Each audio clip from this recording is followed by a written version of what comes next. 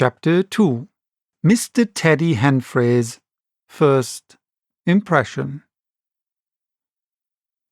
At 4 o'clock, when it was fairly dark and Mrs. Hall was screwing up her courage to go in and ask her visitor if he would take some tea, Teddy Henfrey, the clock jobber, came into the bar. "My sakes, Mrs. Hall," said he, "but this is terrible weather for thin boots." The snow outside was falling faster. Mrs. Hall agreed with him and then noticed he had his bag and hit upon a brilliant idea. "Now you're here, Mr. Teddy," said she, "I'd be glad if you'd give the old clock in the parlour a bit of a look. 'Tis going, and it strikes well and hearty, but the hour hand won't do nothing but point at 6. And leading the way, she went across to the parlour door and rapped and entered. Her visitor, she saw as she opened the door, was seated in the armchair before the fire, dozing, it would seem, with his bandaged head drooping on one side. The only light in the room was the red glow from the fire, which lit his eyes like adverse railway signals, but left his downcast face in darkness, and the scanty vestiges of the day that came in through the open door. Everything was ruddy, shadowy, and indistinct to her, the more so since she had just been lighting the bar lamp and her eyes were dazzled. But for a second it seemed to her that the man she looked at had an enormous mouth, wide open, a vast and incredible mouth that swallowed the whole of the lower portion of his face. It was the sensation of a moment, the white-bound head, the monstrous goggle eyes, and his huge yawn below it. Then he stirred, started up in his chair, put up his hand. She opened the door wide so that the room was lighter, and she saw him more clearly, with the muffler held to his face just as she had seen him hold the serviette before. The shadows, she fancied, had tricked her. "Would you mind, sir, this man a-coming to look at the clock, sir?" she said, recovering from her momentary shock. "Look at the clock," he said, staring round in a drowsy manner and speaking over his hand, and then, getting more fully awake, "Certainly." Mrs. Hall went away to get a lamp, and he rose and stretched himself. Then came the light, and Mr. Teddy Henfrey, entering, was confronted by this bandaged person. He was, he says, taken aback. "Good afternoon," said the stranger, regarding him, as Mr. Henfrey says, with a vivid sense of the dark spectacles, like a lobster. "I hope," said Mr. Henfrey, "that it's no intrusion." "None whatever," said the stranger, "though I understand," he said, turning to Mrs. Hall, "that this room is really to be mine for my own private use." "I thought, sir," said Mrs. Hall, "you'd prefer the clock," she was going to say mended. "Certainly," said the stranger, "certainly, but as a rule I like to be alone and undisturbed. But I'm really glad to have the clock seen too," he said, seeing a certain hesitation in Mr. Henfrey's manner. "Very glad." Mr. Henfrey had intended to apologize and withdraw, but this anticipation reassured him. The stranger stood round with his back to the fireplace and put his hands behind his back. "And presently," he said, "when the clock mending is over, I think I should like to have some tea. But not till the clock mending is over." Mrs. Hall was about to leave the room. She made no conversational advances this time because she did not want to be snubbed in front of Mr. Henfrey. When the visitor asked her if she had made any arrangements about his boxes at Bramblehurst, she told him she had mentioned the matter to the postman and that the carrier could bring them over on the morrow. "You are certain that is the earliest?" he said. She was certain, with a marked coldness. "I should explain," he added, "what I was really too cold and fatigued to do before, that I am an experimental investigator." "Indeed, sir," said Mrs. Hall, much impressed, "and my baggage contains apparatus and appliances." "Very useful things indeed they are, sir," said Mrs. Hall, "and I'm naturally anxious to get on with my inquiries." "Of course, sir. And my reason for coming to Iping," he proceeded with a certain deliberation of manner, "was a desire for solitude. I do not wish to be disturbed in my work. In addition to my work, an accident—" "I thought as much," said Mrs. Hall to herself, "necessitates a certain retirement. My eyes are sometimes so weak and painful that I have to shut myself up in the dark for hours together, lock myself up sometimes, now and then.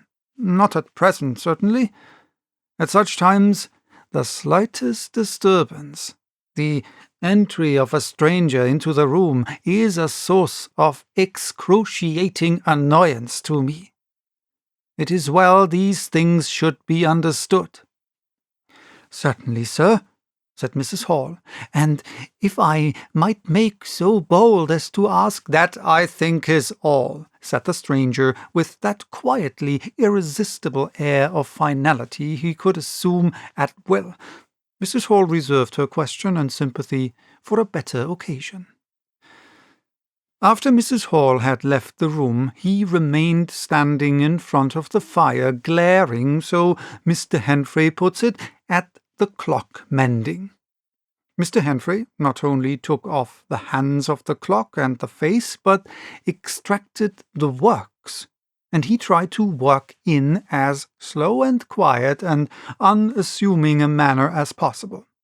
He worked with the lamp close to him, and the green shade threw a brilliant light upon his hands and upon the frame and wheels, and left the rest of the room shadowy. When he looked up, coloured patches swam in his eyes. Being constitutionally of a curious nature, he had removed the works, a quite unnecessary proceeding, with the idea of delaying his departure, and perhaps falling into conversation with the stranger. But the stranger stood there, perfectly silent and still, so still it got on Henfrey's nerves. He felt alone in the room and looked up, and there, grey and dim, was the bandaged head and huge blue lenses staring fixedly with a mist of green spots drifting in front of them. It was so uncanny looking to Henfrey that for a minute they remained staring blankly at one another. Then Henfrey looked down again. Very uncomfortable position. One would like to say something. Should he remark that the weather was cold for the time of year? He looked up as if to take aim with that introductory shot.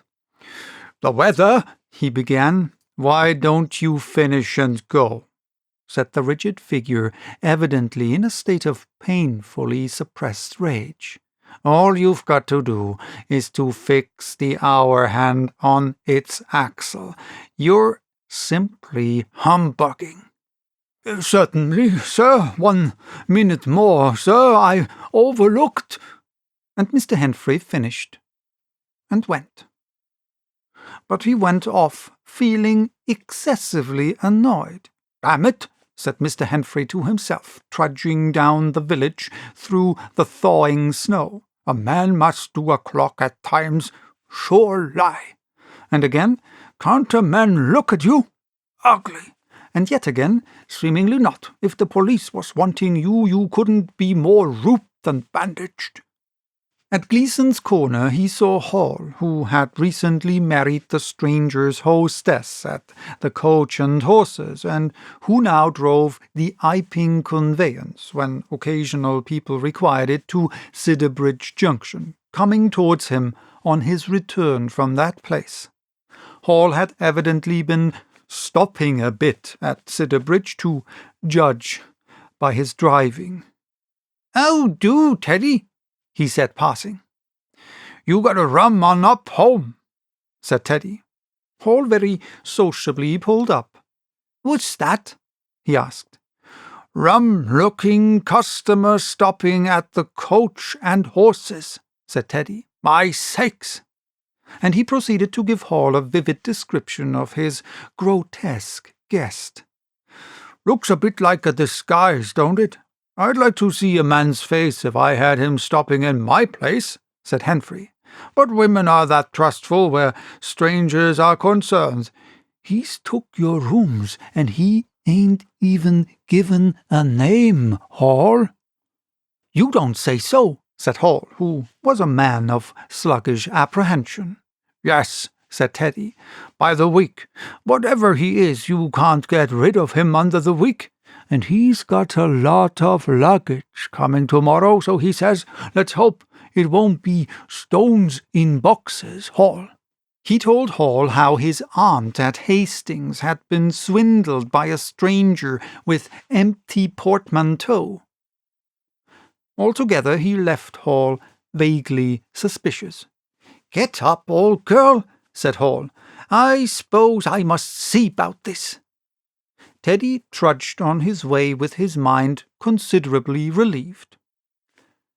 Instead of seeing about it, however, Hall, on his return, was severely rated by his wife on the length of time he had spent in Sidderbridge, and his mild inquiries were answered snappishly and in a manner not to the point.